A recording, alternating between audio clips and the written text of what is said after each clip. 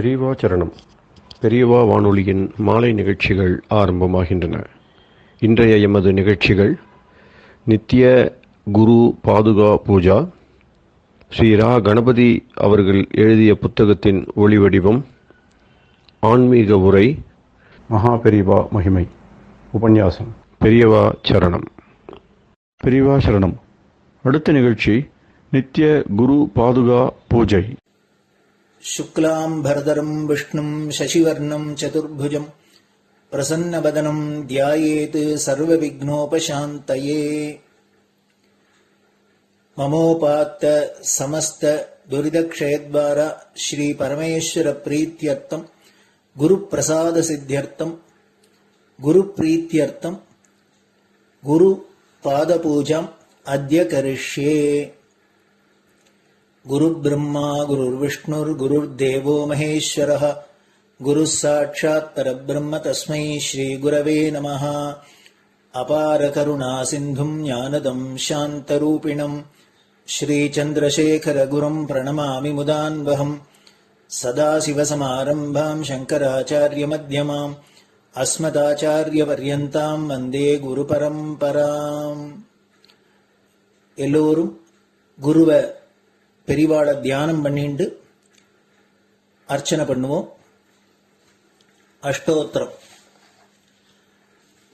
பெரியவா அஷ்டோத்திரம் பல அஷ்டோத்திரங்கள் இருக்கு. அதுல எளிமையா சுலபமா எது இருக்கோ அதை நான் இப்ப சொல்றேன். எல்லோரும் இதை கேட்டுண்டே திருப்பி சொல்ல முடிஞ்சுவா சொல்லி சொல்லி பெரிவாளுக்கு பாதத்துல ஒவ்வொரு புஷ்பத்தை அர்ச்சனை பண்ணலாம். ओम श्री कांची कामकोटि पीठाधीश्वराय नमः. श्रीमत् चंद्रशेखरेन्द्र सरस्वती गुरुभ्यो नमः. संन्यासाश्रम शिखराय नमः. काषाय दंडधारिणे नमः. सर्वपीठापहारिणे नमः. स्वामिनाथ गुरवे नमः. करुणासागराय नमः. जगदाकर्षण शक्तिमते नमः. सर्वचराचर हृदयस्थाय नमः.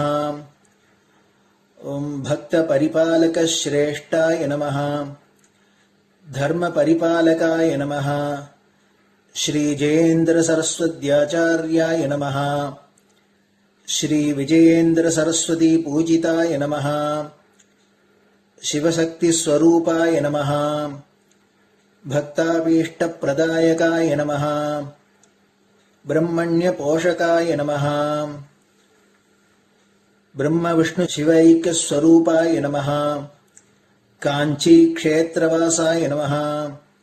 कैलाश शिखरवासाय नमः. स्वधर्म परिपोषकाय नमः.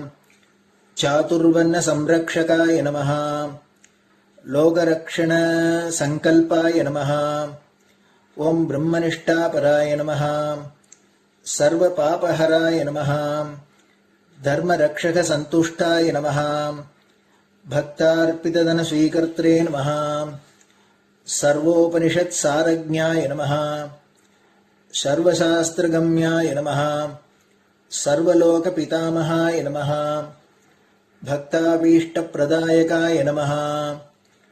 ब्रह्मण्य पोषकाय नमः. नानाविध पुष्पार्चितपताय नमः. रुद्राक्ष क्रीडधारिणे नमः. भस्मोद्दोलित विग्रहाय नमः. सर्वज्ञाय नमः. सर्वचराचर व्यापकाय नमः. अनेक शिष्य परिपालकाय नमः. मनश्चाञ्चल्य निवर्तकाय नमः. अभयहस्ताय नमः. भयापहाय नमः.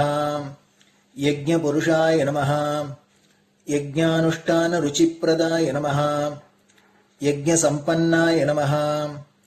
यज्ञसहायकाय नमः. यज्ञफलदाय नमः. यज्ञप्रियाय नमः. उपमानरहिताय नमः. स्फटिक तुलसी रुद्राक्ष हारधारिणे नमः. चातुर्वर्ण समदृष्टये नमः. ऋग्यजुस्साम अथर्वणादि चतुर्वेद संरक्षकाय नमः.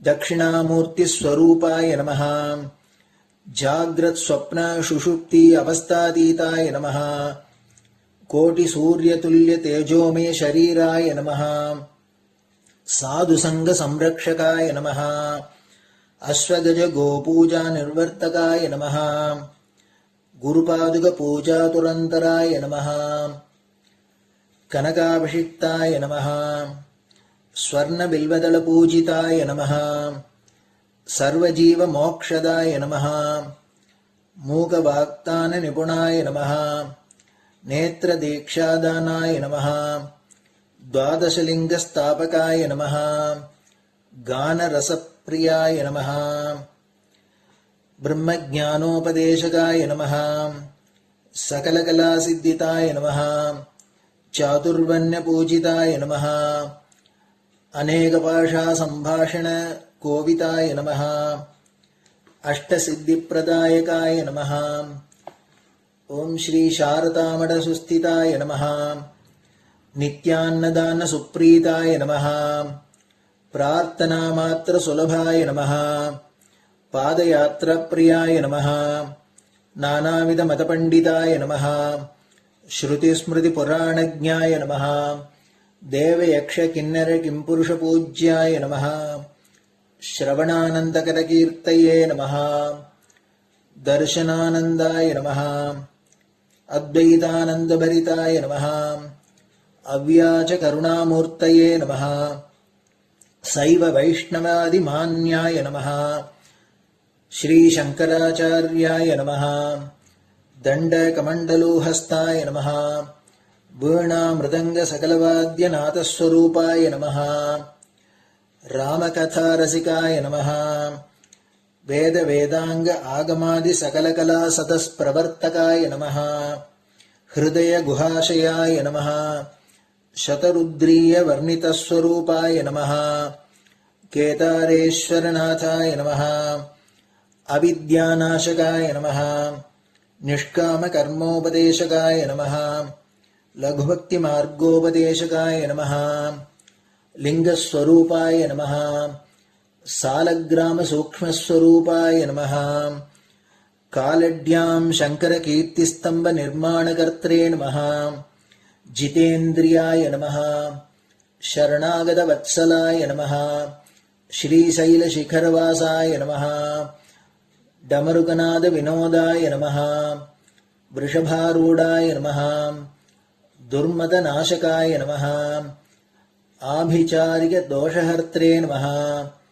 मिताहाराय नमः मृत्युविमोचकशक्त्याय नमः श्रीचक्रार्चनतत्पराय नमः दासानुग्रहकारकाय नमः अनुराधानक्षत्रजाताय नमः सर्वलोकख्यातशीलाय नमः वेङ्कटेश्वरचरणपद्मषट्पदाय नमः श्री महात्रिपुरसुन्दरी समेत श्री चन्द्रमौलीश्वर पूजाप्रियाय नमः श्रीमच्चन्द्रशेखरेन्द्र सरस्वती सद्गुरु परब्रह्मणे नमः गुरुभ्यो नमः परमगुरुभ्यो नमः परमेष्टिगुरुभ्यो नमः परात्परगुरुभ्यो नमः गुरुपरम्पराभ्यां नमः गुरुपादुकाभ्यां नमो नमः. அடுத்தது ஊதுபத்தி இருந்தா அதை காமிச்சு தூபம், நெய் தீபம் இருந்தா காமிச்சு அதை நெய் தீபம் தீபம் காமிச்சுட்டு நைவேத்தியம் வெத்தலைப்பாக்கு பழம் இதுலேருந்து ஆரம்பிச்சு அவளுக்கு எது சௌரியமோ அதுபடி நைவேத்தியம் பண்ணலாம். அதுக்கு அடுத்தது கற்பூர ஹாரத்தி பண்ணி எல்லோரும் பிரதட்சிண நமஸ்காரம் பண்ணி பெரியவாள்கிட்ட பிரார்த்தனை பண்ணிண்டு எல்லோரும் க்ஷேமமா இருக்கணும், லோகம் பரம மங்களமா சௌக்கியமா இருக்கணும், எல்லோரும் வியாதி வெக்க இல்லாத ஆயுராரோக்கிய ஐஸ்வர்யத்தோட சாந்தம் அமைதியோட ஞான வைராக்கியத்தோட எல்லோரும் நல்லவர்களாயிருந்து நன்மையை அடையணும்னு பிரார்த்தனை பண்ணி இந்த பூஜையை தினம் செய்யலாம். குரு பிரம்மா குருர் விஷ்ணுர் குருர் தேவோ மகேஸ்வரः குரு சாட்சாத் பரபிரம்ம தஸ்மை ஸ்ரீ குரவே நமஹ. அபார கருணா சிந்தும் ஞானதம் சாந்தரூபிணம் ஸ்ரீ சந்திரசேகர குரும் பிரணமாமி முதான்வகம். சதாசிவசமாரம்பாம் சங்கராச்சாரிய மத்யமாம் அஸ்மதாச்சாரிய பர்யந்தாம் வந்தே குரு பரம்பராம். குரு பாத பூஜை நிறைவடைஞ்சது. பெரியவா சரணம். பெரியவா சரணம். பெரியவா வானொலியில் நேயர்கள் அடுத்து கேட்க இருப்பது ஸ்ரீ ரா கணபதி அவர்கள் எழுதிய புத்தகத்தின் ஒளி வடிவம். அளிப்பவர் ஸ்ரீமதி உமா சங்கர் அவர்கள். தேனினும் இனிய சொல்லான் தீச்சுடர் மேனி கொண்டான் ஊனுயிர்க்கு உயிரதான ஒன்றினைக் கலந்து நின்றான் ஏனினிக் கவலை நெஞ்சே இன்றுனக் அருள் செய்தான் இஞ்ஞானவான் காமகோட்டி நாதனை நம்புவோமே. ஜெய ஜெய சங்கர, ஹர ஹர சங்கர. மகாபெரியவாளின் உபன்யாசங்களை ரா கணபதி அண்ணா தெய்வத்தின் குரல் என்ற பெயரில் 7 பாகங்களாக தொகுத்து அளித்ததின் 6ஆம் பாகத்தின் அடுத்த பகுதி அத்வைத்தம், அத்வைத்த சாதனை. காலம் செல்வதாயினும் முயற்சி தொடங்க வேண்டியதே. ஞானவான், ஞானி என்று 2 பேர். ஞானவான் என்பவன் ஜீவாத்மா எனப்படுபவனின் ஆத்மா. வாஸ்தவத்தில் பிரம்மமேதான் என்று படிப்பறிவாலும் கேள்வி அறிவாலும் நன்றாக தெரிந்து கொண்டு அதை சொந்த அனுபவமாக்கிக் கொள்ள முயற்சி பண்ணுகிறவன். சாதாரண ஜனங்களின் நிலைக்கு மேலே போன சாதகன் ஞானி என்பவன். சாதாரண ஜனங்களின் நிலைக்கு மேலே போன சாதகன் ஞானி என்பவன் அந்த சொந்த அனுபவத்தை பெற்றே விட்டவன், உச்சி சிகரத்தையே பிடித்து விட்டவன்.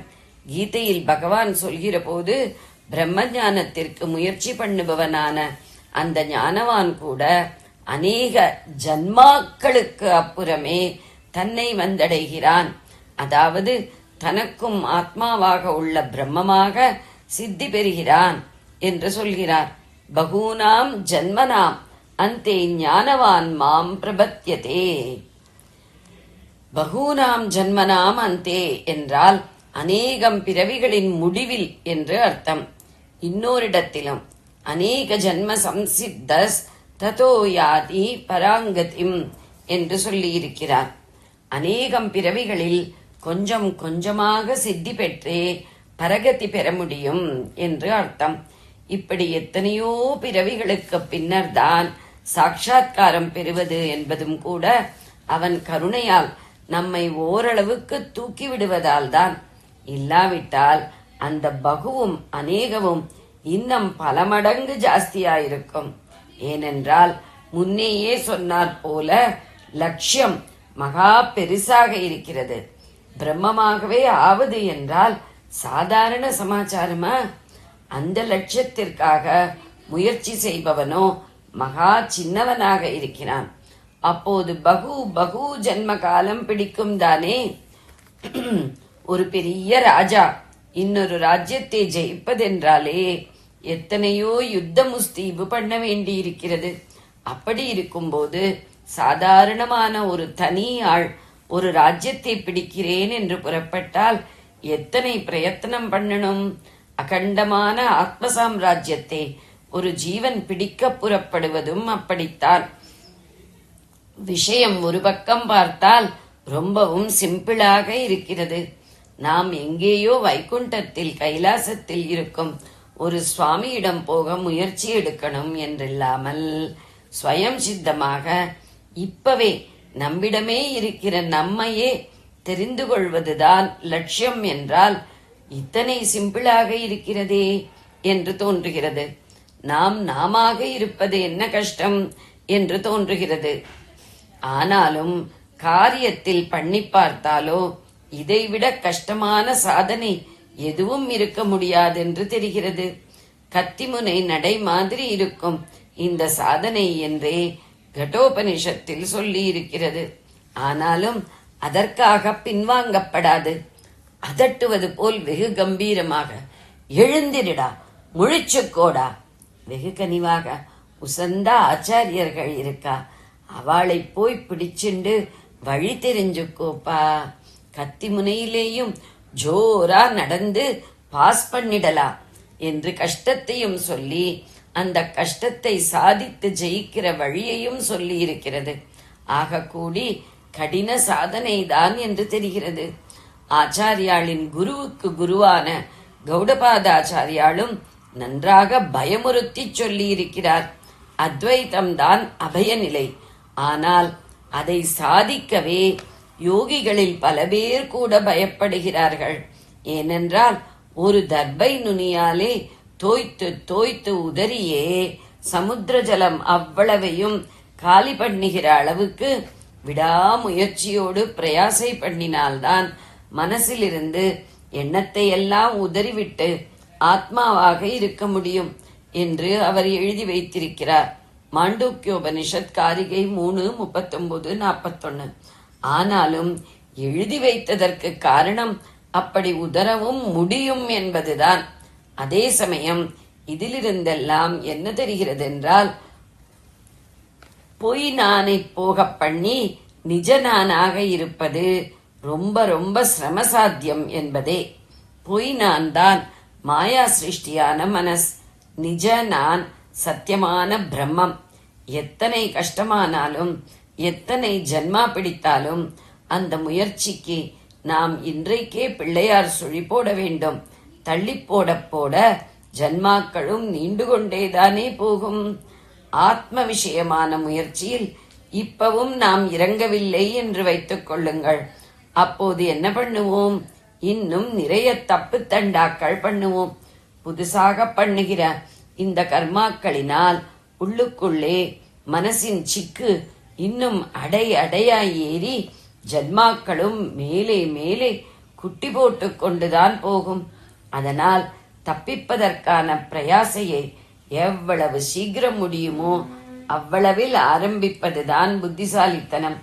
தப்பிப்பதற்கான பிரயாசை என்று ஒரு வார்த்தை சொன்னேன். முயற்சி பண்ணணும் என்றும் நடுநடுவே சொன்னேன். இந்த இரண்டையும் தான் சாதனை சாதனை என்பது. என்ன பண்ணுவது என்று சரியாக தெரியாமல் புரியாமல் நாமாக ஏதேதோ பிரயாசை முயற்சி பண்ணி திண்டாடுவதாக இல்லாமல் லட்சியத்தை அடைந்த பெரியவர்கள் கிரமமாக இப்படி இப்படி பண்ணப்பா என்று போட்டுக் கொடுத்திருக்கும் வழிமுறைப்படி முயற்சி பண்ணுவதற்குத்தான் சாதனை என்று பெயர். சாதன சதுஷ்டயம் வேத வழியில் ஆச்சாரியாள் வகுத்த முறை. பரமகருணையோடு நம்முடைய ஆச்சாரியாள் சங்கர பகவத் பாதாள் அப்படி அத்வைத லட்சியத்திற்கு சாதனா கிரமம் வகுத்து கொடுத்திருக்கிறார். எதுவும் எல்லாமும் அவர் ஸ்ருதியை வேதத்தை அடிப்படையாக கொண்டுதான் செய்வார். என்சான் உடம்புக்கு சிரசே பிரதானம் என்கிறோம். அப்படி ஸ்ருதிக்கும் பிரதானமாக ஒரு சிரஸ் இருக்கிறது. உபனிஷத்துக்கள் தான் அப்படிப்பட்ட ஸ்ருதி சிரஸ். ஸ்ருதி சிரஸ் என்று சொன்னால் உபனிஷத் என்று அர்த்தம். அப்பேற்பட்ட உபனிஷத்துக்களில் சொல்லி இருப்பதன் அடிப்படையின் மேலேயே அதை அஸ்திவாரமாக கொண்டே ஆச்சாரியாள் பெரிசாக கட்டிடம் கட்டியிருக்கிறார்.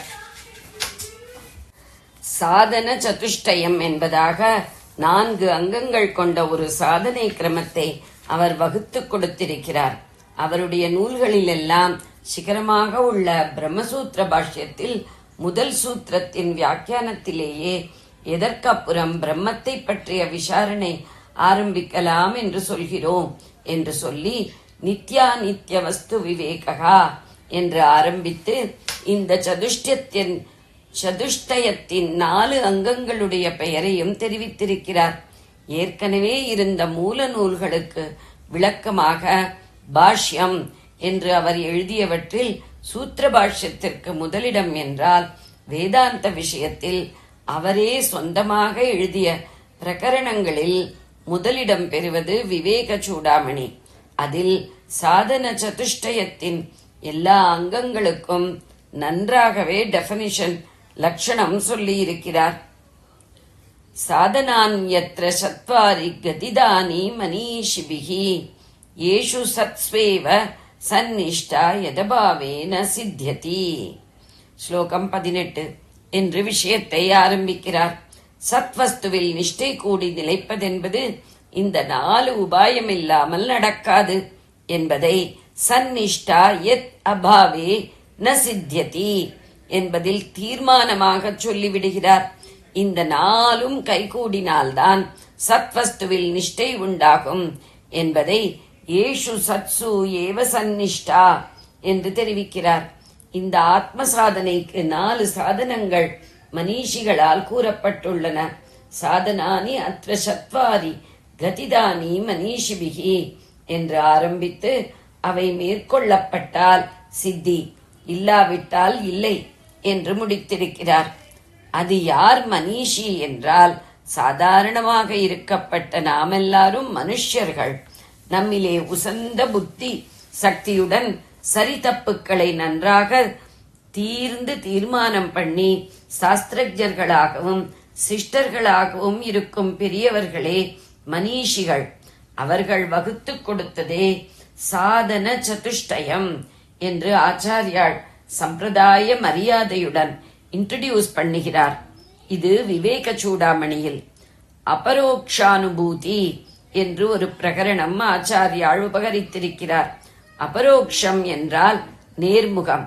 தானே பிரம்மம் என்பதை எவரோ சொல்லி எதிலோ படித்து தெரிந்து கொள்ளாமல் சொந்தத்தில் நேர்முகமாக அனுபவித்து தெரிந்து கொள்வது அபரோக்ஷானுபூதி. அந்த பேர் கொண்ட பிரகரணத்திலும் இந்த சாதனை கிரமம் பற்றி சொல்லி இருக்கிறார். அரிச்சுவடி மாதிரி சின்ன புஸ்தகமாக பாலபோத சங்கிரகம் என்று எழுதியதில் கூட இவ்விஷயம் குறிப்பிட்டிருக்கிறார். எழுதியவர் பெயர் தெரியாமல் சாதன சதுஷ்டய சம்பத்தி என்ற தலைப்பிலேயே ஒரு புஸ்தகம் தஞ்சாவூர் சரஸ்வதி மகால் சீரீஸில் இருக்கிறது. சம்பத்தி என்றால் சம்பத்து தான். சாதனை முறை என்பது நமக்கு ஒரு பெரிய சம்பத்து, பெரும் செல்வம் என்று அர்த்தம். சதுஷ்டயம் என்றால் 4 விஷயம் சேர்ந்த அமைப்பு. 4 என்றாலும் இந்த சாதன சதுஷ்டயத்தில் 3வதான சமாதி ஷட்க சம்பத்தி என்ற ஒரு அங்கத்திலேயே 6 அம்சங்கள் இருக்கின்றன. தலை என்ற ஒரு அங்கத்திலேயே கண், காது, மூக்கு, வாய் என்று பல இருக்கிறது போல சதுஷ்டயம் என்ற 4 அங்க அமைப்பிலே ஒரு அங்கமே 6 அம்சங்களை கொண்டதாயிருப்பதால் 4ஓடு இன்னும் 5 சேர்த்து 9 படிகளை கொண்டதாக இந்த சாதனை கிரமம் இருக்கிறது. அந்த 9ம் இன்ன இன்ன என்று சொல்லலாம் என்றுதான் உங்களை எல்லாம் இப்போது உட்கார்த்தி வைத்திருப்பது. 9 படிகள் என்று சொன்னேன். படிவரிசை மாதிரி இவற்றை ஒன்றுக்கப்புறம் அடுத்தது, அப்புறம் 3வது, அதிலிருந்து 4வது என்று ஏறிப்போவது போலத்தான் சொல்லி இருக்கிறது. ஆனாலும் முழுக்க அப்படியே வைத்துக் கொள்ள முடியவில்லை. கணக்கு, பிசிக்ஸ், கெமிஸ்ட்ரி 3ஐயும் சேர்த்து ஆரம்ப கிளாஸில் கொஞ்சம் படித்துவிட்டு அப்புறம் மெயின் என்று ஒன்றை மட்டும் எடுத்துக்கொண்டு டிகிரி வாங்குகிறது. அப்போதும் ஆன்சிலரியோ ஏதோ ஒரு பேரில் மற்றதையும் துணை சப்ஜெக்டுகளாக படிப்பது என்று இருப்பது போல சாதனை முறையின் எல்லா அங்கங்களையுமே முதலிலிருந்து அடிப்படையாக தெரிந்து கொண்டு அப்புறம் ஒவ்வொன்றுக்கு முக்கியத்துவம் தந்து முன்னேற வேண்டியிருக்கும். விருந்து சமையல் பண்ணினால் 2-3 அடுப்பில் ஒன்றில் சாதம் கொதித்துக் கொண்டிருக்கிற போதே இன்னொன்றில் கரிகாய் வெந்து கொண்டிருக்கும், இன்னொன்றில் வாணலியில் எண்ணெய் சூடேறிக் கொண்டிருக்கும், கல்லுரலில் பாட்டுக்கு அரைவை நடந்து கொண்டிருக்கும். அப்புறம் ஒவ்வொரு ஸ்டேஜில் கரிகாயை மட்டும் கவனித்து கொட்டி கலக்கி அவியல் பண்ணுவது, இன்னொன்றில் வடை தட்டி வாணலியில் போடுவது என்று நடக்கும். சாப்பிடும் போதும் அப்படியேதானே. கலந்தும் தனித்தனியாகவும் 2 தினுசுகளிலும் பண்ணுகிறோம். ஒவ்வொரு வாய் ஒவ்வொன்றை தொட்டுக்கொள்வது, தனியாக பாயசம் ஸ்வீட் சாப்பிடுவது, கறி கூட்டு ஊறுகாய்களையும் நடுவே ருசி பார்த்தபடி சாதத்தோடு கலந்து கொண்டு சாப்பிடும், ரசத்தையும் மோரையும் தனியாக டம்ளரில் வாங்கி சாப்பிடுவது என்று பண்ணுகிறோம். ஆரம்பத்தில் பருப்பும் சாதத்தில் சாம்பாரை கலந்து கொண்டு சாப்பிடும் போதே பச்சடியில் தயிரையும் ருசி பார்க்கிறோம். கடைசியில் அந்த தயிரையே சாதத்தில் கலந்து கொண்டு சாப்பிடும்போது சாம்பார் தொட்டுக்கொள்ள வருகிறது. இப்படி சாதனையில் ஒரு சமயத்தில் மெயினாகவும் பக்கவாத்தியமாகவும் இருக்கிற அம்சங்களே அப்புறம் மெயின் பக்கவாத்தியமாகவும் பக்கவாத்தியம் மெயினாகவும் மாறி வருவதுண்டு. ஒரு பிராமணர் சொன்னார், பத்னி அகத்துக்கு இல்லாத நாட்களில் சாதம் மட்டும் வடித்துக் கொண்டு விடுவாராம்.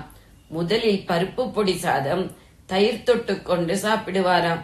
அப்புறம் தயிர் சாதம் பருப்பு பொடி தொட்டுக் கொண்டு சாப்பிடுவாராம். சாதனையிலும் இந்த மாதிரி வருவதுண்டு. அதன் அங்கங்கள் கலந்து கலந்தும் ஒவ்வொரு ஸ்டேஜில் ஒவ்வொன்று முக்கியமாயும் வரும்.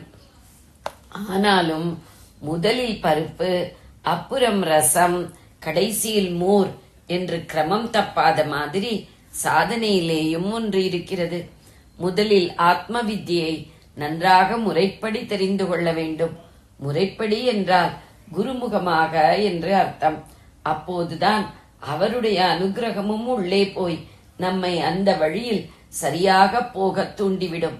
அப்புறம் இரண்டாவதாக உபதேசத்தை நம்முடைய புத்தியில் நன்றாக உறுதிப்படுத்திக் கொள்ள வேண்டும்.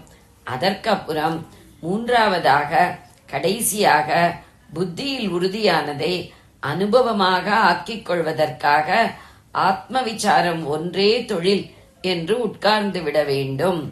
பிற்பாடு ஸ்ரவணம், மனனம், நிதித்தியாசனம் என்பதாக விவரிக்கப்படவிருக்கும் மூன்றினையே இங்கு ஸ்ரீசரணர்கள் குறிப்பிட்டிருக்கிறார்கள். இவை சாதன சதுஷ்டயத்திற்கு பிற்பாடு வருபவை. ஜெய ஜெய சங்கர, ஹரஹர சங்கர. பெரியவா சரணம். இந்நிகழ்ச்சியின் அடுத்த பகுதி நாளை மாலை இதே நேரத்தில் ஒளிபரப்பாகும். பெரியவா சரணம். பெரியவா சரணம். பெரியவா வானொலியில் நேயர்கள் அடுத்து கேட்க இருப்பது திரு கவிக்கண்ணன் அவர்களின் ஆன்மீக உரை. பெரியவா சரணம். ராம் ராம். ஸ்ரீ குருப்யோ நமஹ. ஜெய ஜெய சங்கர, ஹர ஹர சங்கர. பெரியவா வானொலி நேயர்கள் அனைவருக்கும், மகா பெரியவாவுடைய பக்தர்கள் அனைவருக்கும் அடியேன் கவிக்கண்ணனின் அன்பு கலந்த நல்வாழ்த்துக்கள். ராம் ராம். ஜெய ஜெய சங்கர, ஹர ஹர சங்கர. ஸ்ரீ குருப்யோ நமஹ. புண்ணிய நகரான காஞ்சியிலே சதா சர்வ காலம் நாமெல்லாம் நன்னா இருக்கணும் அப்படின்றதுக்காக தவம் செய்து கொண்டிருக்கக்கூடிய அந்த புனிதனுடைய திருவடியை பணிவோம்னு நாம போன ஸ்லாட்ல ஆரம்பிச்சோம். அவரை அண்டி போன நேயர்கள் எல்லாருக்கும் அவர் அருள் செய்து அவ நன்னா இருக்கணுன்றதுக்காக அம்பாள்கிட்ட வேண்டிக்கிறார்ன்றதையும் பார்த்தோம். சந்திரசூடன் என்று சந்திரசேகரன் என்ற பெயரை கொண்டிருக்கிறார். நிறைந்த பூர்ணச்சந்திரன் போன்ற முகத்திலே தவழ்ந்த நகையுடையவராக இருக்கிறார். புன்சிரிப்போடு கூடியவராக இருக்கிறார். நம்ம உலகம் என்னென்னைக்கும் குறைவில்லாத இருக்கணும்னு தபஸ் பண்றார். நாமஸ்மரணையில லைத்திருக்கிறார் நம்ம சொன்னோம் இல்லையா. அதுக்காக ஒரு இன்ஸ்டன்ஸ் கூட நம்ம பார்த்தோம் இல்லையா. இன்னைக்கும் நம்ம அந்த பாடலை என்னன்றத பார்த்துட்டு மேல நம்ம போகலாம். இன்னைக்கு புண்ணிய காஞ்சியில் பொழுதெல்லாம் தவம் செய்யும் புனிதனின் திருவடி பணிவோமே நாம். புண்ணிய காஞ்சியில் பொழுதெல்லாம் தவம் செய்யும் புனிதனில் திருவடி பணிவோமே நாம். புண்ணிய காஞ்சியில் பொழுதெல்லாம் தவம் செய்யும் புனிதனில் திருவடி பணிவோமே நாம். புண்ணிய காஞ்சியில்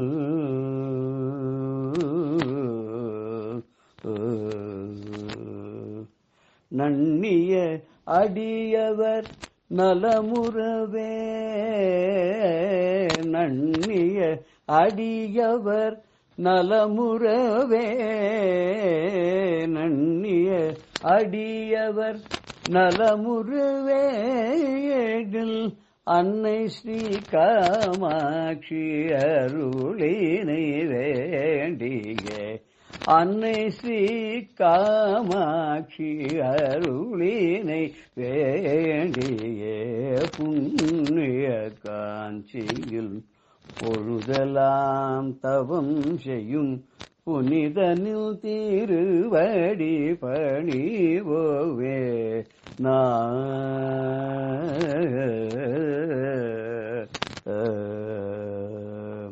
பிறைமதி முடியோன் பெயரினை உடையோன் நிறைமதி முகத்தினில் தவழ்ந்திடும் நகையோன் பிறைமதி முடியோன் பெயரினை உடையோன் நிறைமதி முகத்தினில் தவழ்ந்திடும் நகையோன் குறைவிலாதென்றும்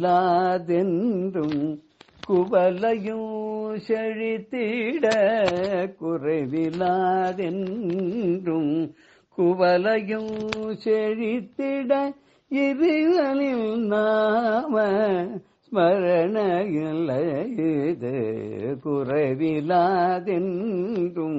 குவலையும் செழித்திட இறைவனில் நாம ஸ்மரணையில் லயிது புண்ணிய காஞ்சியில் பொழுதெல்லாம் தவம் செய்யும் புனிதனில் திருவடி பணிவோவே நாம் புண்ணிய காஞ்சியில் பொழுதெல்லாம் தவம் செய்யும் புனிதனில் திருவடி பணிவோமே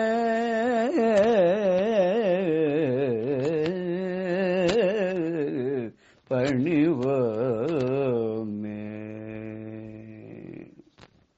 இப்பேற்பட்ட பெரியவா அளக்க துண்டு செய்து தன்னுடைய வாழ்க்கை மீதி இருக்கிற நாட்கள் எல்லாம் அர்ப்பணிக்கணும் அப்படின்னு ஒரு அன்பர் பெரியவாள்கிட்ட போய் சேர்ந்தார். பெரியவாள்கிட்ட பணியாற்றி கொண்டே வந்தார்.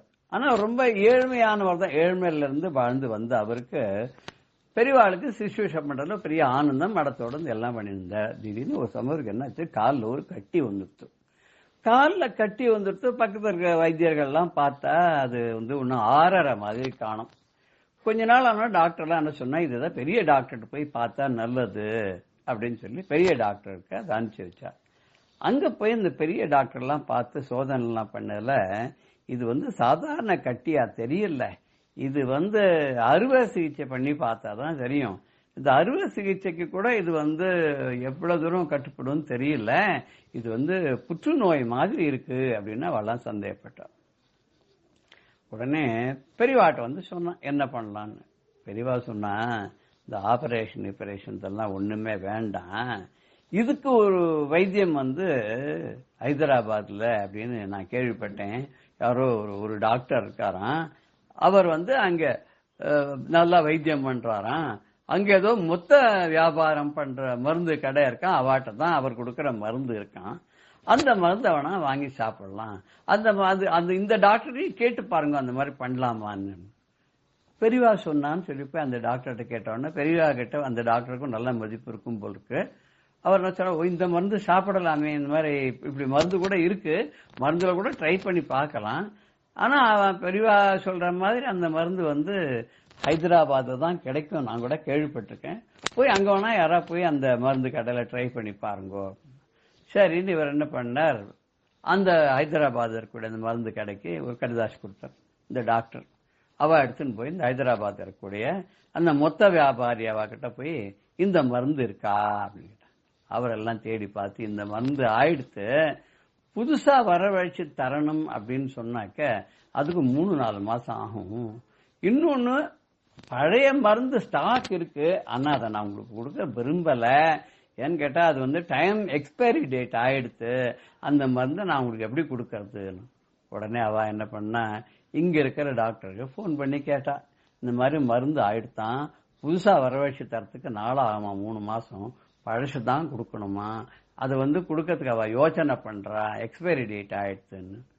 உடனே அந்த டாக்டர் என்ன பண்ணான்னா, அங்க இருக்கிற இந்த யாரு வைத்தியம் பண்ணிக்கணுமோ அவருக்கு தகவல் கொடுத்த உடனே அவ பெரியவாள்கிட்ட கன்சல்ட் பண்றா. இது மாதிரி இந்த மருந்து ரொம்ப ரேரா தான் கிடைக்குமா, மறுபடியும் வரவழைச்சு கொடுக்கறதுக்கு 3-4 மாசம் ஆகுங்கிறா.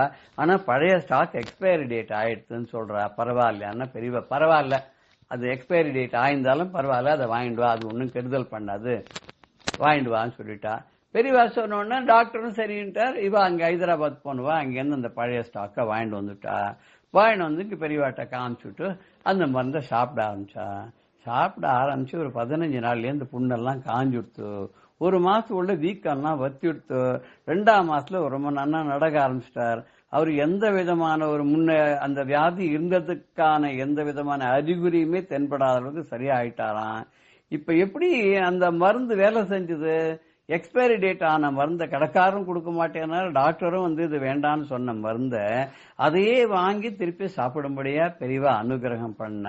பெரியவா கருணையினால அந்த மருந்தை வாங்கி இவரும் உபயோகிக்க தொடர்ந்து 1 மாசம் 2 மாசம் சாப்பிட்ட உடனே இவருக்கு கால் சுத்தமா குணமாயி மடத்துக்கு மீண்டும் திரும்பி பெரியவாளுக்கு தொண்டு செய்யறதுக்காக சிசுஷம் பண்றதுக்கு ஆரம்பிச்சுட்டார். இப்போ ஒரு கல்லுல 2 மாங்காய் எடுத்து அவருக்கு என்ன, அவருக்கு காலில் அந்த வியாதியும் பெரியவா மேல வச்ச நம்பிக்கையினால, பெரியவா மேல இருந்த பெரியவாளுக்கு இவா மேல இருந்த கருணையினாலும் அவளுக்கு சொஸ்தமாயிடுத்து. கால் சுத்தமா குணமாயிடுத்து. பழையபடி நடக்க முடிஞ்சது. ஓடியாடி வேலை செஞ்ச முடிஞ்சது. பெரியவாளுடைய பணியில தன்னை முழுமையமாக ஈடுபடுத்திக் கொள்ள முடிஞ்சது. மடத்திலேயே இருந்து ஸ்ரீ மடத்துல பெரியவா கைங்கரியத்தையும் சந்தோஷமா பண்ணிண்டு தன்னுடைய சொச்ச நாட்களையும் ரொம்ப அருமையாக அங்க பெரியவாளுடைய சன்னதியிலேயே தன்னுடைய காலத்தை கழிச்சு பெரியவா தொண்டுலியை தன்னை ஈடுபடுத்திக் கொண்டு எப்படிப்பட்ட ஒரு அரிய பாக்கியத்தை பெரியவா இவருக்கு அருள் பண்ணினான்னா, இதுக்கு முக்கியமான காரணம் என்ன தெரியுமோ?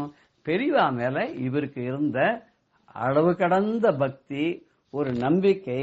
பெரியவா கிட்ட சரணம்னு அடைஞ்சுட்டா பெரியவா காப்பாத்துவா. பெரியவாளை விட்டா நமக்கு வேற எந்த விதமான இணையான தெய்வங்களும் கிடையாது. நம்பி கெட்டவர் யாருமே இல்லை அப்படின்ற ஒரு பரிபூர்ணமான அசைக்க முடியாத உறுதியான திட நம்பிக்கை இருந்ததுனால அவருக்கு நல்லா குணமாயி பழையபடியே பெரியவாளுக்கு தொண்டு செய்யக்கூடிய பாக்கியமும் அவருக்கு தொடர்ந்து கிடைச்சது. அப்படிங்கறத நம்ம பார்க்கும்போது நமக்கு என்ன புரியுது? நம்பிக்கை தான் வாழ்க்கையில பிரதானம். நடமாடும் தெய்வமாக விளங்கக்கூடிய நம்ம பெரியவாளை நம்ம பரிபூர்ணமா நம்பினோம்னா நமக்கு எல்லா கஷ்டங்களும் நீங்கி நாமும் எப்பொழுதும் சந்தோஷத்தோடனும் குறைவற்ற வளங்களோடும் வாழ்வோம் என்பது நிச்சயம் உறுதி. ஜெய ஜெய சங்கர, ஹர ஹர சங்கர, ஸ்ரீ குருப்யோ நமஹ. ராம் ராம். பெரியவா சரணம். இந்நிகழ்ச்சியின் அடுத்த பகுதி நாளை மாலை இதே நேரத்தில் ஒளிபரப்பாகும். பெரியவா சரணம். பெரியவா சரணம். அடுத்த நிகழ்ச்சி மகா பெரியவா மகிமை உபன்யாசம். வழங்குபவர் பிரம்மஸ்ரீ கணேச சர்மா அவர்கள். அபார கருணா சிந்தும் ஞானதம் சாந்தரூபிணம் ஸ்ரீ சந்திரசேகரகுரும் பிரணமாமி முதான்வகம். காஞ்சி மகாபெரிவா சரித்திரத்தில் பெரிவாளோட அன்பை, அவளோட அனுகிரகத்தை இனிமே அடையாத ஜீவராசிகள் இல்லை, அடையாத மனுஷ ஜென்மா இல்லை அப்படின்னு சொல்ற அளவுக்கு பல பேர் பல விதத்துல பல தினசா அடைஞ்சுன்னு இருக்கா. அப்படி பெரியவா இருக்கிறதே அந்த அன்பு எப்படிலாம் வெளிப்பட்டது அப்படின்னு பார்த்தோம்னா ஆச்சரியமா இருக்கும். அப்படி அன்பு மகிமா இருக்கிற பெரியவா கேம்ப்ல இருக்கா. அந்த கேம்ப்ல தண்ணி கஷ்டம், ரொம்ப தண்ணி கஷ்டம். கிட்டத்தட்ட ஒரு 2 கிலோமீட்டர் போல நடந்து போய் தண்ணி, ஒரு குடம் தண்ணி எடுத்தணும்னா அப்படி 2 கிலோமீட்டர் போய் எடுத்துன்னு வரணும். அப்படின்னா கூட கைங்கரியம் என்ற வாழ்க்கை எவ்வளவு சிரமமா இருக்கும் அப்படிங்கிறத நாம உணரலாம். இவா 2 கிலோமீட்டர் போய் பெரியவாளுக்கு மடியா தண்ணியெல்லாம் கொண்டு வச்சிருக்கா. பெரியவாளுக்கு ஸ்நானத்துக்கு கொடுத்து அனுஷ்டானத்துக்கு எல்லாம் வச்சிருக்கா. அப்படி முன்னால ஒரு கடத்துல அனுஷ்டானத்துக்கு தண்ணி வச்சிருக்கு. பெரியவா அனுஷ்டானம் பண்ணிட்டு இருக்கா. பண்ணின்னு இருக்கிறதே பார்த்தா ரோட்ல ஒரு வயசான பிச்சைக்கார தம்பதிகள் போறா. பெரிய முன்னால ஒரு திண்ணையில உட்காந்து பண்ணிட்டு இருக்கா. இந்த வீட்டுல போய் எய்த்த ரோல போய் இந்த தம்பதிகள் என்னமோ கேட்கறா. வா இல்ல இல்லைன்னு சொல்றா. என்னன்னா தண்ணி கேட்கறா, இல்ல இல்லைங்கிறா. ஏன்னா அந்த ஊரே தண்ணி கஷ்டப்படுத்தினால 2 கிலோமீட்டர் போய் எடுத்துன்னு வரதுனால அடுத்த வாளுக்கு தண்ணி கொடுக்கறது கூட நமக்கு யோஜனைப்படுறாப்புல ஒரு ஸ்திதி. இதை பார்த்துட்டே இருந்த பெரியவா கூட கைங்கரிமிட்டு அவனை கூட்டுன்னு வான்னு அந்த பிச்சைக்காரரை கூட்டுன்னு வரைச்சனா. கூட்டுன்னு வந்தோடனே என்ன கேட்குற அப்படின்னா, இல்லை ஒரே தாகமாக இருக்குது, தண்ணி கேட்டால் இல்லை ஒரு வீட்லேயும் தரமாட்டேங்கிறாங்க, அவ்வளவு தண்ணி கஷ்டம், அடுத்த வாளுக்கு ஒரு டம்ளர் தண்ணி கொடுக்கறது கூட முடியாது. உடனே பெரியவா என்ன பண்ணா, தான் கிடத்துல அனுஷ்டானத்துக்கு வச்சுருக்கிற தண்ணி அதை எடுத்து அவன் கையில் ஊற்ற சொன்னான். ஊற்றி குடி அப்படின்னா 2 பேரும் குடித்தா. உடனே இன்னும் கொஞ்சம் உள்ளேருந்து கொடுத்தா குடிச்சிட்டு அப்படியே போன உயிர் திரும்பி எந்தாப்புல இருக்குது. பெரியவாள்கிட்ட ரொம்ப சந்தோஷமாக சுவாமியோட கருணைக்கு அளவில்லாத இருக்கு, ஒத்தரும் தரமாட்டேங்கிறா, பெரியவா கொடுத்தான்ட்டு வந்துன்னு போகிறா.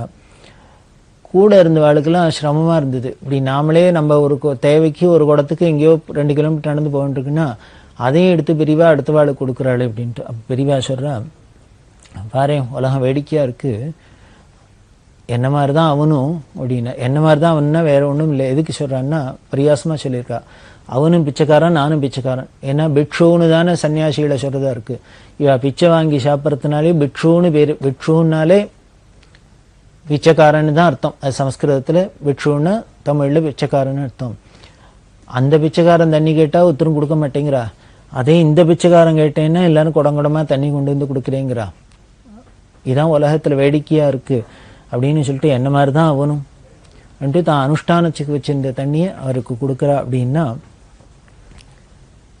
தன்னை மாதிரி தான் அவனும் அப்படின்னு பாவிக்கிற. அப்படின்னா தன்னை போல் பிறரே நின்று தன்னை போல் பிறரே நின்று அப்படின்னு நம்ம எல்லாம் பிரமாதமாக சொல்லிடலாம், பிரசங்கம் பண்ணிடலாம். ஆனால் அது அனுபவத்துக்கு வரணுமே. நம்மளை போலேயே அடுத்த வாழையை நினைக்கிறதுக்கு எப்போ வரும்னார், இது மாதிரி ஒரு இக்கட்டு சங்கடம் வரத்தே அதில் எப்படி நாம் நடந்துக்கிறோம் அப்படிங்கிறத வச்சுன்னு தான் நாம் உள்ளுக்குள்ளே என்ன இருக்குது நம்மளோட பாவம் அப்படிங்கிறது தெரியும். இந்த நிகழ்ச்சிகள்லாம் பார்த்தா பெரியவாளுக்கு உள்ளேயும் அதே அன்பு தான் எப்பொழுதும் இருந்திருக்கு அப்படின்னு நமக்கு தெரியுது. அப்படி அன்பு மயமாக இருக்கிற பெரியவா தான் எப்படி இருந்தா அப்படின்னா, கடுமையான உபவாசம் விரதங்கள், அவளோட டெய்லி ரொட்டீன்லாம் பார்த்தா ஆச்சரியமாக இருக்கும். விடிகார்த்தால 3 மணிக்கெல்லாம் ஏந்துடுவா. ஏந்துண்டா அவள் போய் பல்ல தேய்ச்சாக்க சாஸ்திரத்தில் எத்தனை தரம் தேய்க்கணும், எத்தனை தரம் கொப்பளிக்கணும், எப்படி இல்லாமல் பண்ணணும், எந்த பக்கம் துப்பணும், எந்த பக்கம் இப்படி இல்லாமல் சொல்லியிருக்கோம். அப்படி இல்லாம தான் பண்ணுவா. பெரியவா பண்ணுற காரியங்களை வச்சுட்டு சாஸ்திரத்தில் புஸ்தகம் நாம் எழுதலாம். அப்படி இல்லாம பண்ணி சரீர சுத்தி எல்லாம் பண்ணிட்டு வந்து 1 மணி நேர ஜபம் அப்படின்னு, அதாவது சன்னியாசிகள் பிரணவ ஜபம் நிறையா பண்ணணும் அப்படின்னு சொல்லியிருக்கு.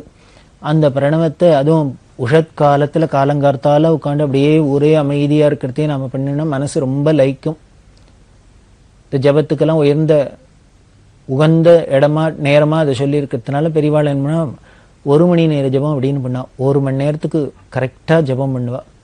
ஆச்சரியமாக இருக்கும். ஆச்சமனம் பண்ணிட்டு சங்கல்பம் ஆரம்பித்தாள்னா அதுக்கப்புறம் கண்ணை திறந்து திருப்பி அதை பூர்த்தி பண்ணி ஆச்சமனம் பண்ணுறது மணி 1 மணி நேரம் ஆயிருக்கும். கடிகாரத்தை திருப்பி வச்சுக்கலாம். அப்படி 1 மணி நேரம் ஜபம் பண்ணுவா.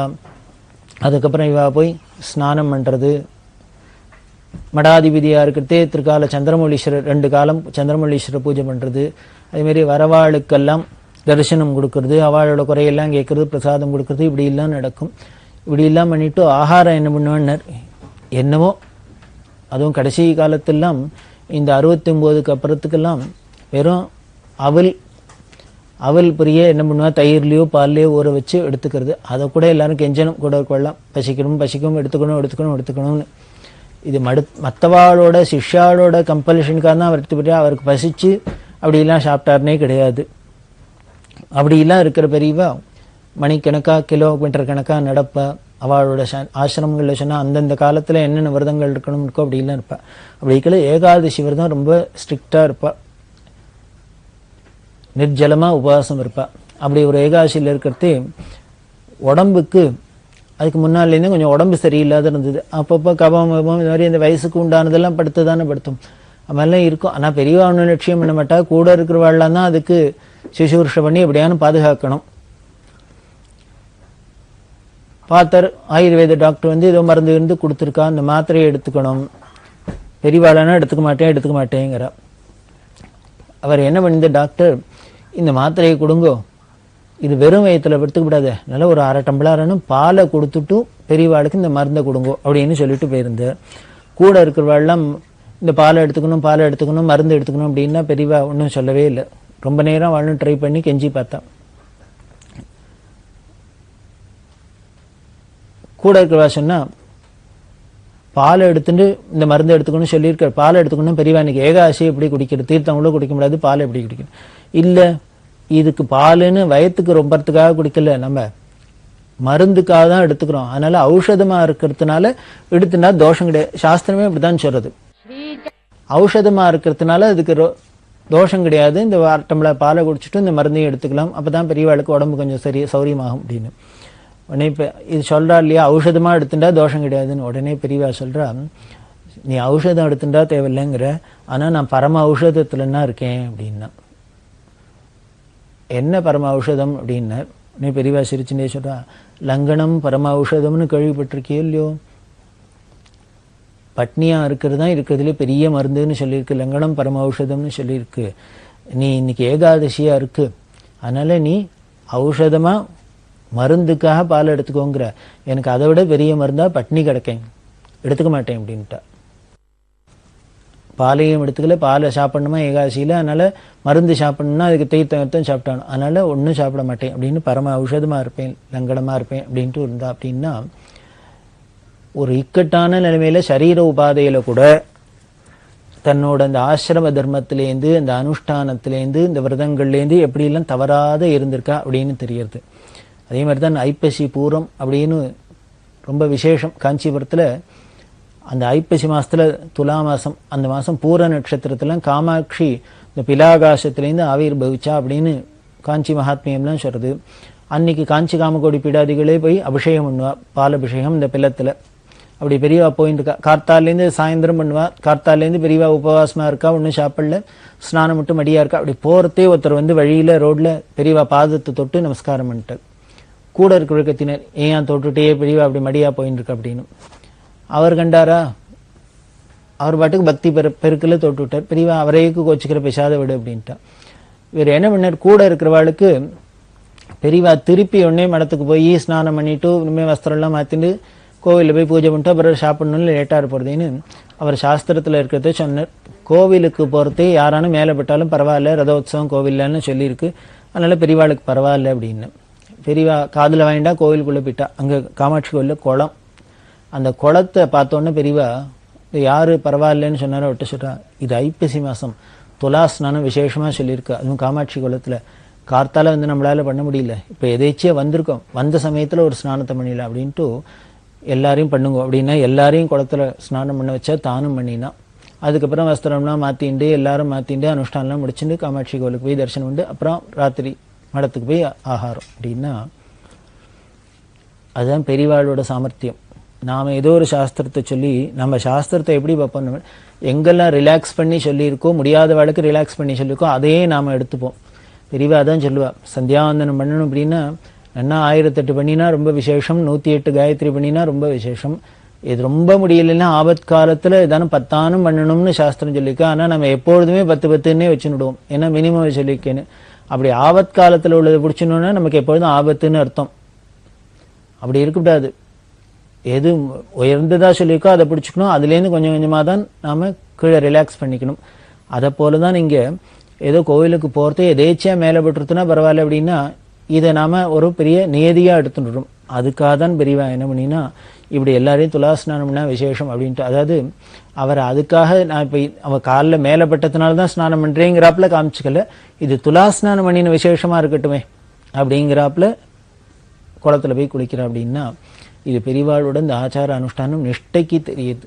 எதுவாக இருந்தாலும் டிசைட் பண்ணிட்டா டிசைட் பண்ணிடு, சாஸ்திரம் சொல்றது தான், நம்ம ஒன்றும் டெசிஷனுக்கே இங்கே வேலை கிடையாது. அப்படி இருக்கிற பெரியவா அவள் சந்நிதியில யாருக்கு வந்தாலும் அனுகிரகம் தான். ஒரு தம்பதிகள் வந்திருக்கா, அந்த அம்மாவோட கணவருக்கு பெரிய ஹார்ட்டில் ஒரு பெரிய ப்ராப்ளம் வந்துடுத்து, கோளாறு வந்துடுத்து. கோளாறுலாம் வந்து ஆச்சு போச்சுன்னு போயிட்டார் அவர். அப்படி இருந்தவாளுக்கு அப்புறம் ஆஸ்பத்திரிலாம் சேர்த்து வைத்தியம்லாம் என்ன பண்ணியிருக்கா, அவள் வேண்டின்னு இருக்கா திருப்பதியில் பெருமாளுக்கு. தன்னோட கணவன் பொழைச்சி இந்த கண்டத்திலேருந்து தான் திரும்பி வந்தார்னா தன்னோட திருமங்கல்யத்தை காணிக்கையா உண்டியில் போடுறேன் அப்படின்னு நினைச்சுட்டு இருக்கா. அவர் பொழைக்கவும் பொழைச்சிட்ட கணவர். அதனால இவ தம்பதிகளா நேர திருப்பதிக்கு போய் அந்த அம்மா தன்னோட பிரார்த்தனைப்படியே இந்த திருமங்கல்யத்தை உண்டியில் சேர்த்துட்டு வந்துட்டா. வர வழியில அப்படியே பெரியவாளையும் தரிசனம் பண்ணிட்டு வரலாம் அப்படின்னு காஞ்சிபுரம் வந்தா. வந்து பெரியவா தரிசனம் பண்ணிட்டு இருக்கா.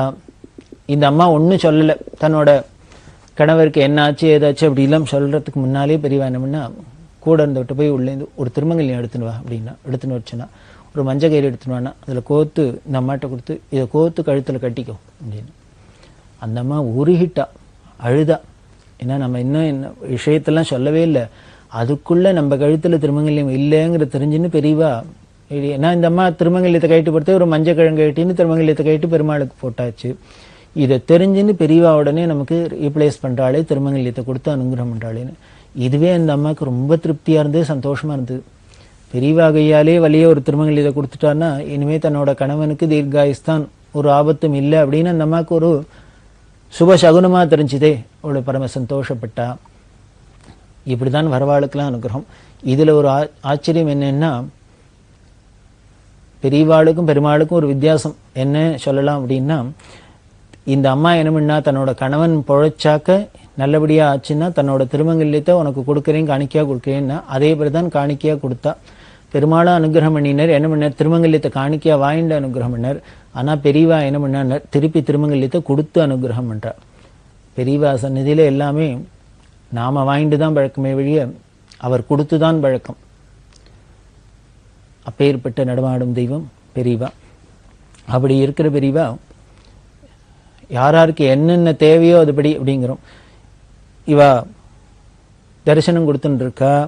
இப்படி வரத்தே எல்லாரும் பல பேர் வருவா இல்லையா, பல பேர் வந்தவரில் யாரோ ஒருத்தர் பவுன் காசு வச்சு பெரியவாள்கிட்ட வந்தனம் பண்ணினார். அவ பிரார்த்தனை ஏதோ பண்ணி வரா, பவுன் காசு வச்சு பண்ணிட்டு இருக்கா. அது பழத்தோட புஷ்பம் பழத்தோட அங்கேயே இருக்கு. உடனே கொஞ்ச நேரம் கழிச்சுன்னு ஒரு நாவிதர் ஒருத்தர் வந்தார். ஒரு பார்பர் ஷாப் வச்சிருக்கிறார் பக்கத்தில், ஏதோ வேலூர்லேயே எங்கேயோ. அவர் தரிசனத்துக்கு வந்திருக்கார்.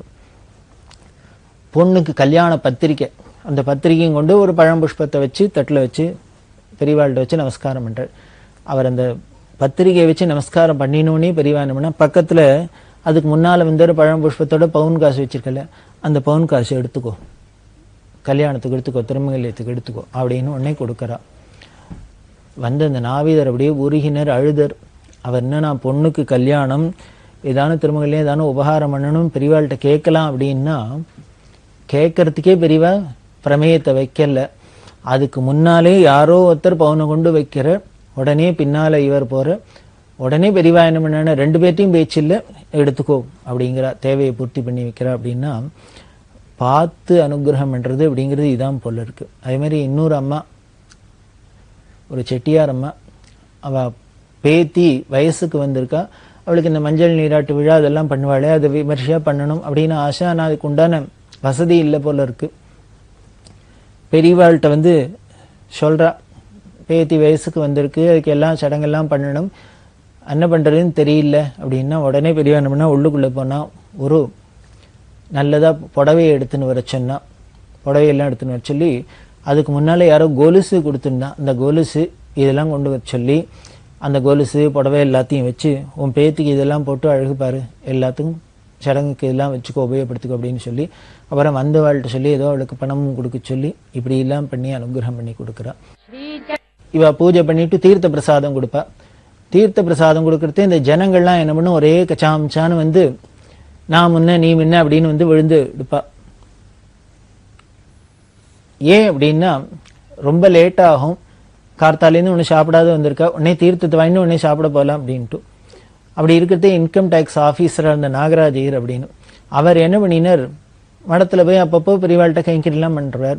இந்த ஜனங்கள்லாம் ஒரு க்யூவில் வந்து அழகாக பெரியவாள்கிட்ட தீர்த்தம் வாங்காத இப்படி விழுந்தடிச்சுன்னு நிற்கிறத பார்த்தோன்னே அவர் என்ன பண்ணார், எல்லாரும் க்யூவில் வந்து நில்லுங்கோ, க்யூவில் வந்து நிங்கோ, அமக்கலைப்படுத்தாதீங்க அப்படின்னு சொல்லி சொல்லி பார்த்தாரு. கொஞ்சம் கத்தி பார்த்தாரு, ஒருத்தரும் காதில் வாங்கலை.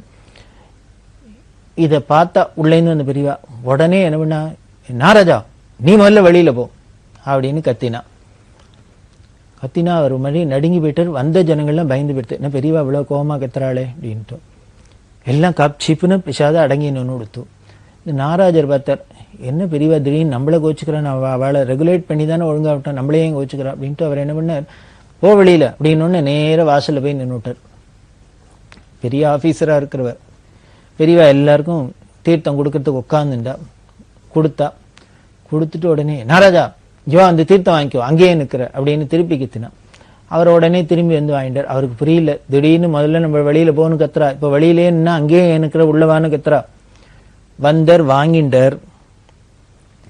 தீர்த்தத்தை கையில விட்டுட்டு சிரிச்சுட்டே பெரியவா கேட்குறேன், ஏண்டா நான் தெரியாதான் கேட்குறேன், நீ என்ன நான் வச்ச ஆளா அப்படின்னு.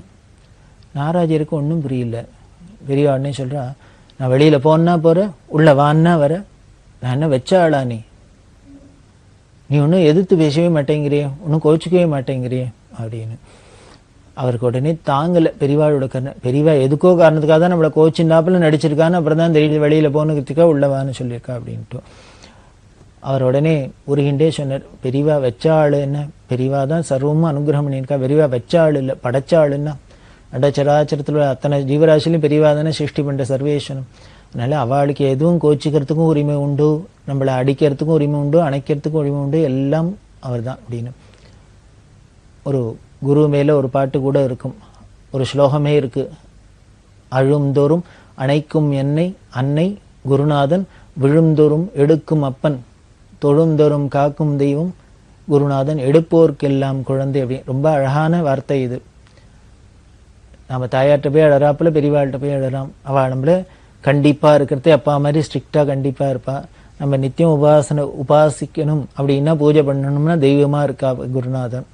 நாம் அவளை எடுத்துட்டு நம்மளோட குழந்தை மாதிரி நாம சீராட்டி பாலாட்டி அவள்கிட்ட பிரியத்தை காமிக்கலாம். யசோதையெல்லாம் அப்படித்தானே பகவானை அனுபவிச்சா, குழந்தையா தானே அனுபவிச்சா. அது மாதிரியும் பெரியவாள்கிட்ட அனுபவிச்சா. அதனால தானே பல பேர் பெரியவாளுக்கு தாலாட்டு பாடுறது இதெல்லாம் எதுக்கு பண்றா அப்படின்னு, அவளை குழந்தையா பாவிக்கிறதுனால தானே. இப்படி எந்த பாவத்துல வேணாலும் அவளை உபாசிக்கலாம், அவளை கொண்டாடலாம். அதை போலதான் இங்க எதுக்கு சொன்னேன், நாகராஜையர் சொன்ன பெரியவா வச்ச ஆளு இல்லை சிருஷ்டி பண்ணின ஆளு அப்படின்னு. அதனால வெளியில போனா வாங்கிற, போற உள்ளவான்னா வராங்கிற, நீ இன்னொரு பெரிய ஆபீசரா இருக்க அப்படி சொல்றேன், உனக்கு அது மாதிரி உனக்கு தோணவே இல்லை, வித்தியாசமா தோணலையே அப்படின்னு. எதுக்காக இப்படி இவரை விரட்டினார், இந்த நாகராஜர் அவன் நல்லதுதான் சொல்லி எல்லாரையும் ஒரு ஆர்டர்ல வாங்கன்னு சொல்ற, ஒருத்தரும் கேட்க மாட்டேங்கிறா.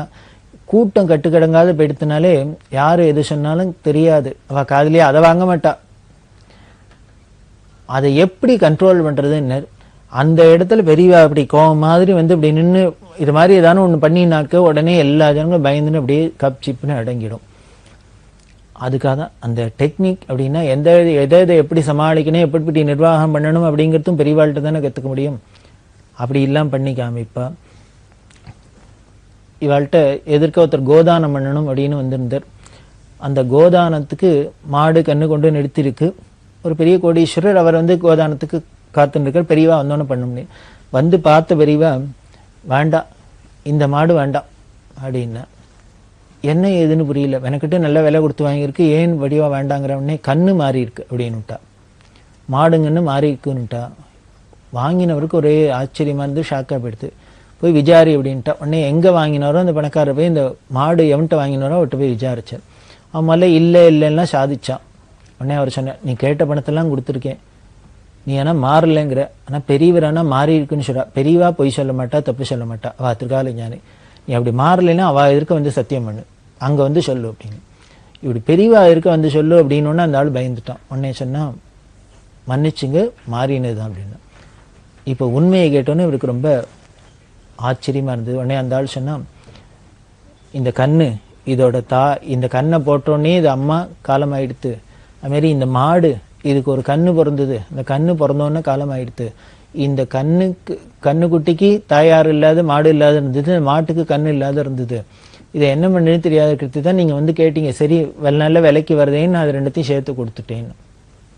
இவர் பயந்து ரொம்ப வருத்தப்பட்டு அவன்ட்டு சொன்னேன், இது மாதிரி ஒன்று பண்ணிட்டே, நான் ஒரு கோதானம் பண்ணணும், அதுவும் பெரியவா சன்னதியில் பண்ணும் பெரிய புண்ணியம் அப்படின்னு நினச்சிருந்தா அதில் இப்படி ஒரு தோஷம் வராப்புல பண்ணிட்டே அப்படின்னு சொல்ல அந்த ஆள் வருத்தப்பட. அப்புறம் வேற மாடு கண்ணு கொடுக்க பெரியவாள்கிட்ட வந்து அவா சன்னதியில் இந்த கோதானம் பண்ணப்பட்டது.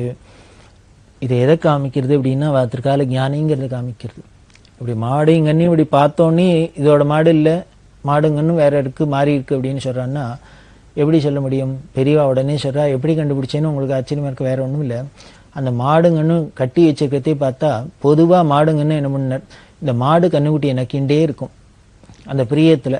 இதை பார்த்தா கண்ணு ஒரு பக்கம் திரும்பின்னு இருக்கு, மாடு ஒரு பக்கம் திரும்பி நிற்கிறது. தன்னோட கண்ணா இருந்தா எந்த மாடும் அப்படி நிற்காது.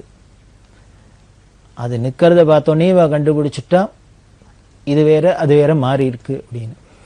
அந்த பணக்காரர் ரொம்ப பெரியவாள்கிட்ட பிரார்த்தனை பண்ணிட்டு அழுதர்.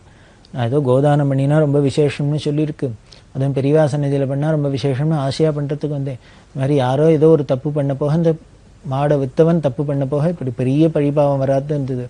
அப்படி வரதுலேருந்து பெரியவா காப்பாற்றின. அதுதான் பெரியவா சந்நிதிக்கு போனான்.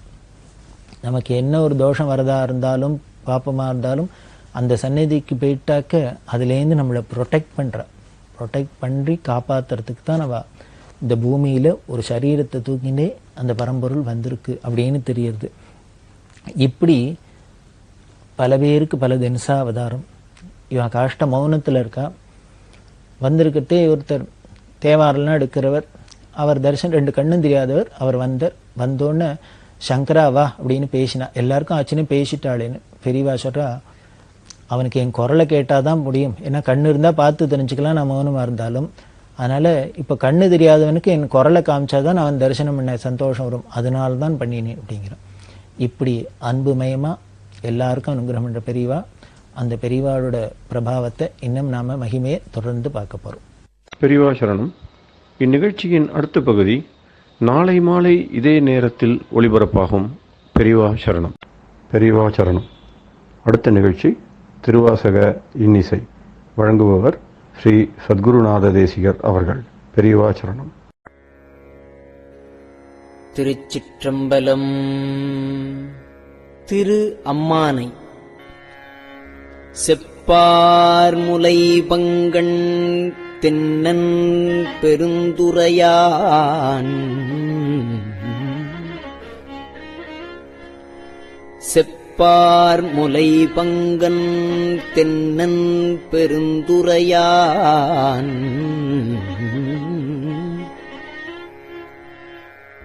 தப்பாமே தாளடைந்தார் நெஞ்சுக்கும் தன்மையினான்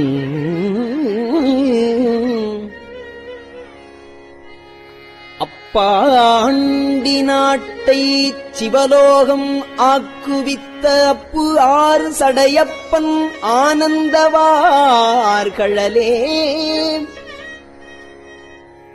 ஒப்பாக ஒப்புவித்த உள்ளத்தாறு உள்ளிருக்கும் அப்பாலைக்கு அப்பாலை பாடுதுங்காள்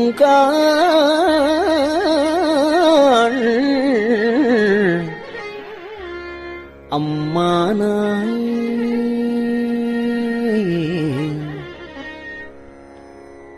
மைப்பொலியும் கண்ணிகேள் மால் அயனோடு இந்திரனும் எப்பிறவியும் தேட என்னையும் தன் இன்னருளால் இப்பிறவி ஆட்கொண்டு இனி பிறவாமே காத்து மெய்ப்பொருட்கண் தோற்றமாய் மெய்யே நிலைப்பேராய் மெய்யே நிலை பேராய்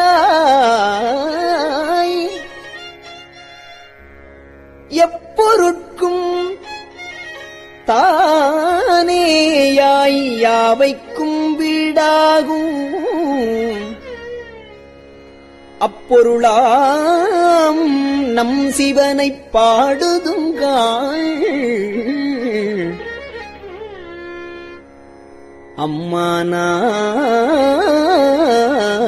அம்மானாய்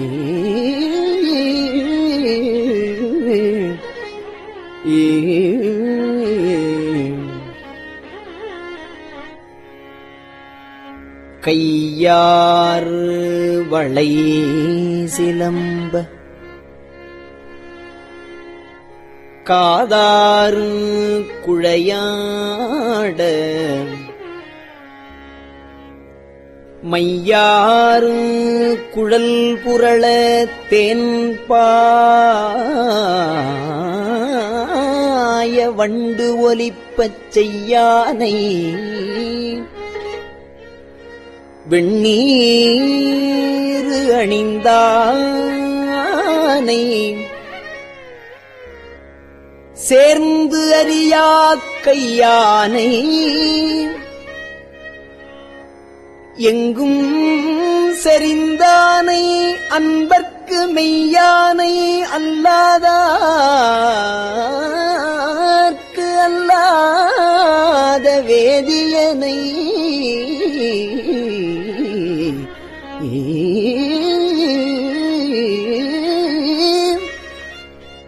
சேர்ந்தறியா கையானை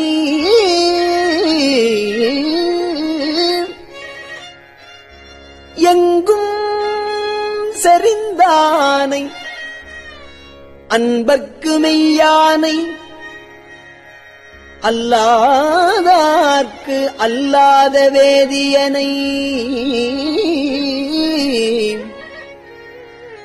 ஐயாறு அமர்ந்தானை ஐயாறு அமர்ந்தானை பாடுதுங்காள்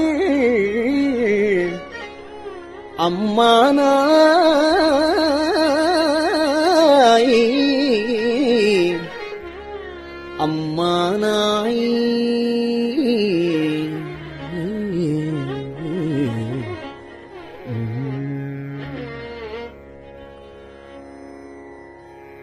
ஆனையாய் கீழமாய் மானுடராய் ஆனையாய் கீழமாய் மானுடராய் தேவராய்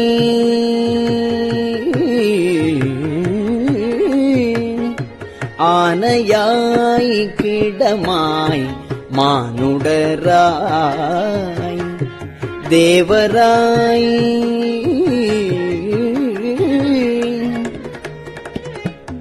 ஏனை பிறவாய் பிறந்திறந்து எய்தேனை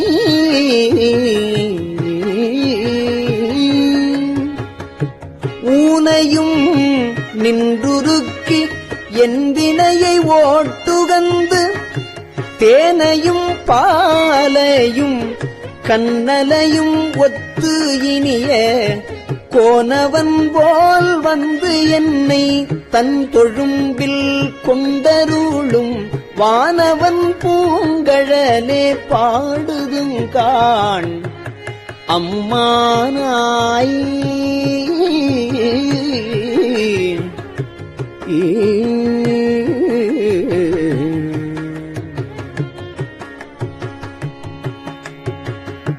சந்திரனை தேய்த்தருளி தக்கந்தன் வேள்வியினில் இந்திரனை தோள் நெறித்திட்டு எச்சன் தலை அறிந்து அந்தரமே செல்லும் அலர்கதிரோன் பல் தகர்த்து சிந்தித்திசை திசையே தேவர்களை ஓட்டுகந்த செந்தார் பொழில் குடை சூழ் தென்னல் பெருந்துரையான் மந்தார மாலையே பாடுதுங்கான் அம்மானாய்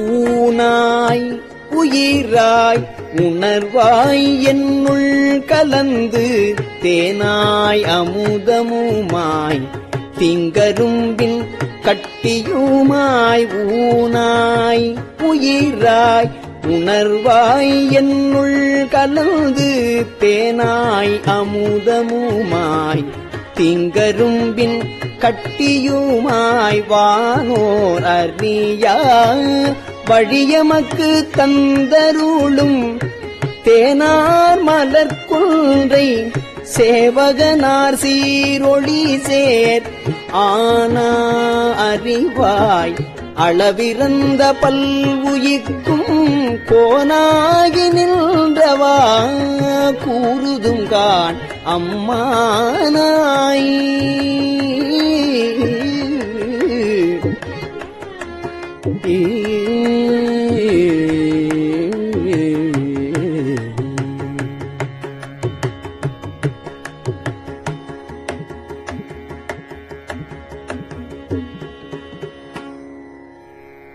சூடுவேன் பூங்கொன்றை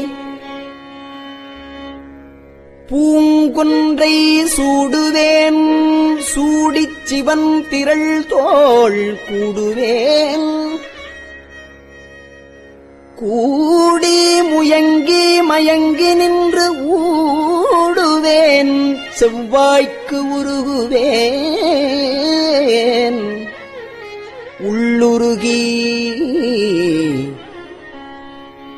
தேடுவேன் தேடி சிவன் கடலே சிந்திப்பேன்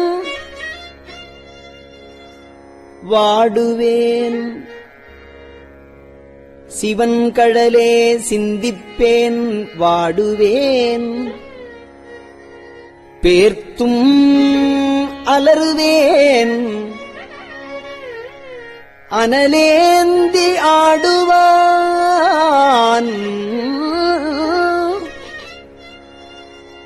அனலேந்தி ஆடுவான் சேவடியே பாடுதுங்கான்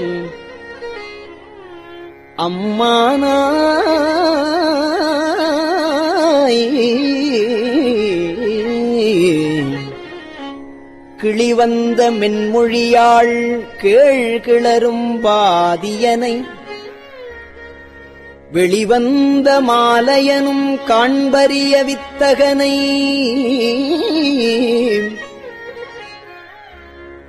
தெளிவந்த தேரலை சீரார் பெருந்துறையில்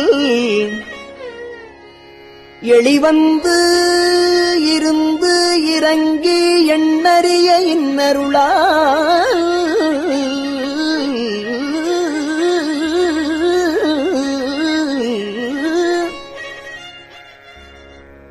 ஒளிவந்து என் உள்ளத்தின் உள்ளே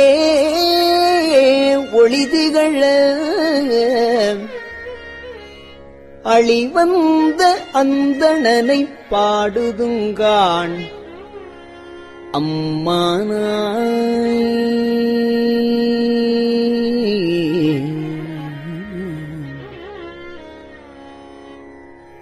முன்னானை மூவர்க்கும் முற்றுமாய் முற்றுக்கும் முன்னானை மூவர்க்கும் முற்றுமாய் முற்றுக்கும் பின்னானை பிஞ்சகனை பேணு பெருந்துறையின் முன்னானை மூவர்க்கும் முற்றுமாய் முற்றுக்கும் பின்னானை பிஞ்சகனை பேணு பெருந்துறையின் மன்னானை வானவனை மாதியலும் பாதியனை தென் ஆனை காவானை தென்பாண்டி நாட்டானை என்னானை என்னப்பல் என்பார்கட்கு இன்னமூதை அன்னானை அம்மானை பாடுதுங்கானம்மானாய்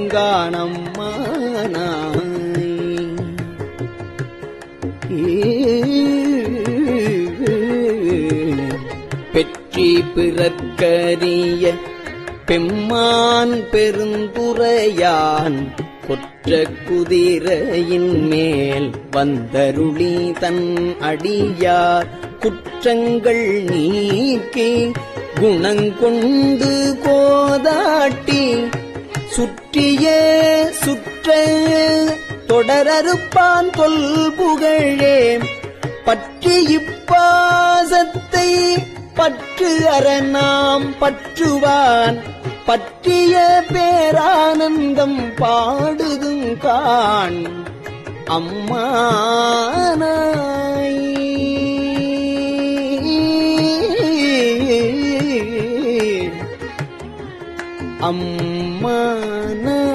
அம்மானாய்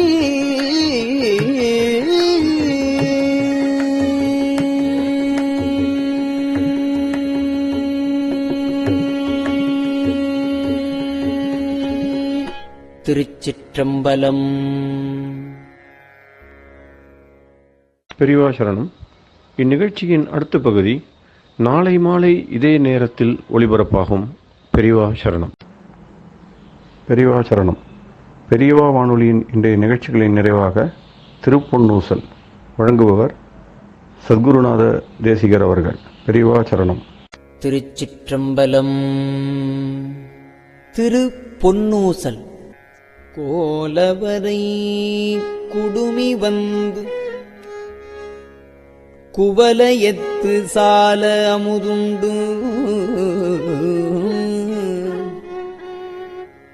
தாழ்கடலின் மீதெழுந்து ஞாலம் மிக பரிமேற்கொண்டு நமையாண்டான்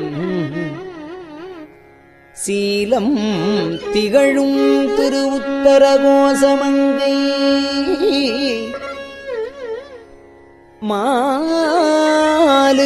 அரியானை வாயார நாம் பாடி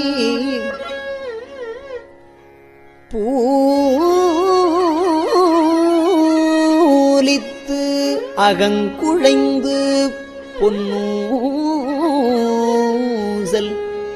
ஆடாமோ.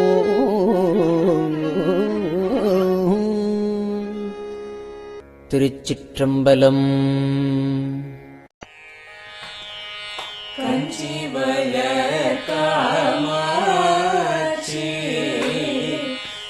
குழந்தாய் சங்கரரே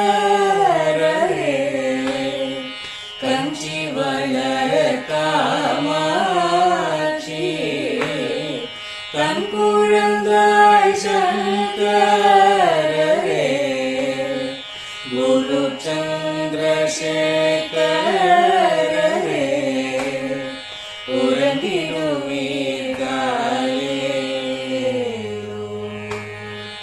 உறங்கிடுவீர்களே.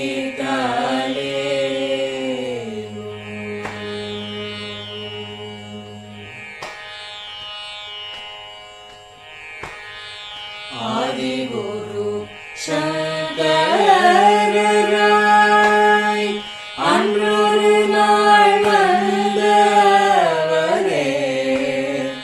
அறுபத்து எட்டாகும்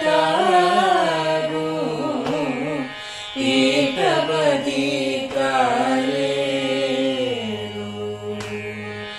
ஏழுலகம் பூப்பவரே காப்பவரே கடப்பவரே எல்லோர்க்கும் அருள்பவரே உறங்கிடுவீர்களே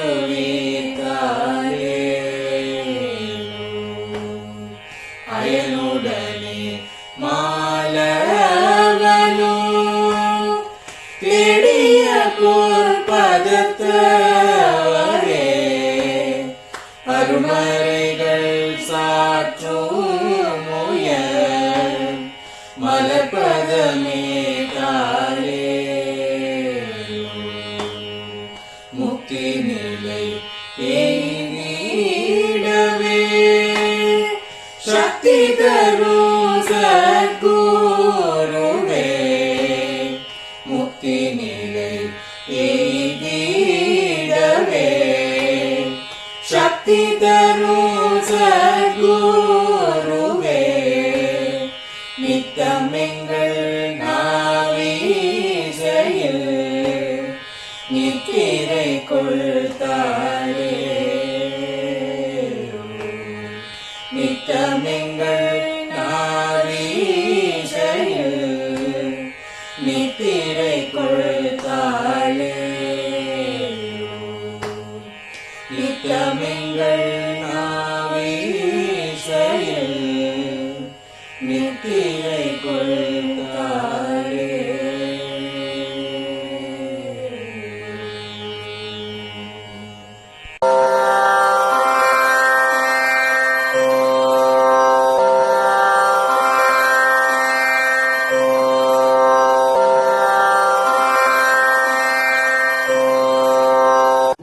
பெரியவா சரணம்.